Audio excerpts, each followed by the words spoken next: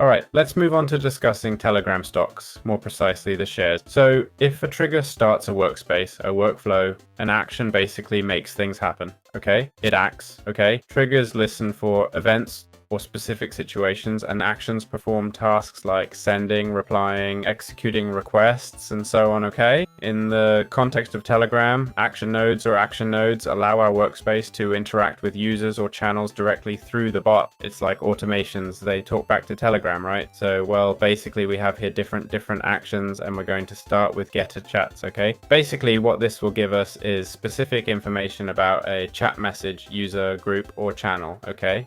And well, it's commonly used to get metadata like the chat title, the type, permissions, performance, and other actions or decisions that are made. If we basically select, we'll see that to set it up, well, we set up the chatted, okay? To know which chat to get it from, and the resource is chat, and the operation is info, is to obtain, okay? So that's it. It's that simple.